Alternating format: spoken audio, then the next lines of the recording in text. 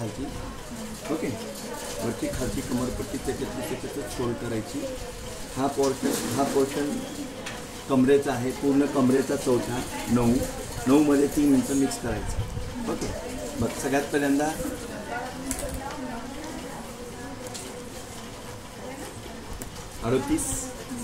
38 आणि 4 42.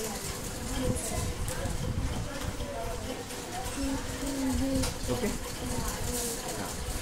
इथं 1.5 इंचाची bottom fold, okay. कमर belt sir ह्याला पॉकेट पण करायचं आणि चेन पण लावायचं. बर.